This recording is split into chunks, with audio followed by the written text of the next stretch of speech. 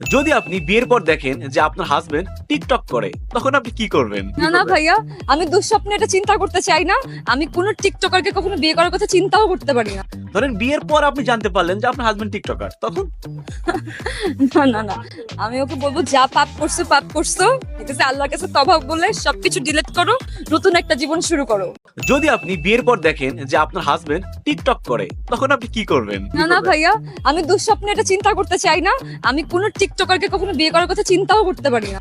ধরেন বিয়ের পর আপনি জানতে পারলেন যে আপনার হাজবেন্ড টিকটকার, তখন? না না না, আমি ওকে বলবো যা পাপ করছো পাপ করছো, ঠিক আছে, আল্লাহর কাছে তওবা বলে সবকিছু ডিলিট করো, নতুন একটা জীবন শুরু করো।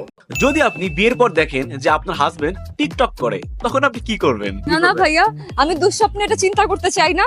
আমি কোনো টিকটকারকে কখনো বিয়ে করার কথা চিন্তাও করতে পারি না। ধরেন বিয়ের পর আপনি জানতে পারলেন যে আপনার হাজবেন্ড টিকটকার, তখন? না না না, আমি ওকে